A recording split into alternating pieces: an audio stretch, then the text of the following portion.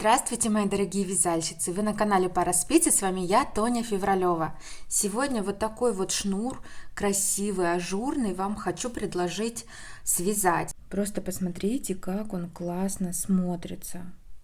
Очень ажурно и необычно. Вяжем его спицами. Очень красивый, с обеих сторон он абсолютно одинаковый. Вязать его очень легко, раппорт всего 2 петли и 1 ряд. Куда можно приспособить этот шнур? Во-первых, если связать из толстой пряжи, из толстого какого-то хлопка, может быть даже из трикотажной пряжи, это может быть ручка у сумки, это может быть ремешок для джинс, в том числе для брюк. Вы можете, например, связать черный ремешок из толстой пряжи трикотажной, и он на брюках будет очень красиво смотреться. Потом это может быть ручка на сумке, короткая ручка вот такая вот, да, чтобы просто за 2 ручки держать, либо длинная лямка такая для сумки.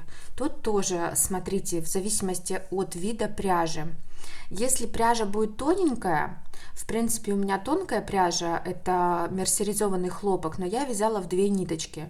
Если связать в 1 ниточку, то это может быть такая ажурная тесьма, связать простой лицевой гладью и вот такие вот полосочки нашить по низу или поперек, будет очень красиво смотреться. Знаете, как есть такие ткани кружевные. А еще у меня такая идея бредовая пришла в голову. Например, какую-то маленькую баночку или вазочку, или даже большую, клеем пройтись и вот так вот по кругу проклеить такую тесьму. Смотрите, какая будет необычная вазочка. Для цветов, либо для какой-то мелочевки. Будет интересно смотреться. Поэкспериментируйте с разными видами пряжи, вот этот вот шнурочек, и я уверена, у вас придут в голову какие-то нереальные идеи. Можно по краю вот так вот рукав связать лицевой гладью, да, и по краю вот нашить. Она причем эластичная тесьма, она не будет сковывать низ изделия. Пробуйте разные вариации. Для такого шнура вам нужно набрать 2 петли, и вязать мы будем всего 1 ряд. Вот у меня 2 петли на спице. Представим, что я их только набрала, и сразу начинаю вязать. Делаем накид. Вот таким образом из-под низу захватываем нить. Дальше 1 петлю мы переснимаем, нить за работой у нас осталась, и мы ее вот таким образом пересняли. 2 петлю мы провязываем за переднюю стенку лицевой. И теперь ту петлю, которую мы с вами не провязывали, мы накидываем на провязанную. И у нас снова 2 петли осталось.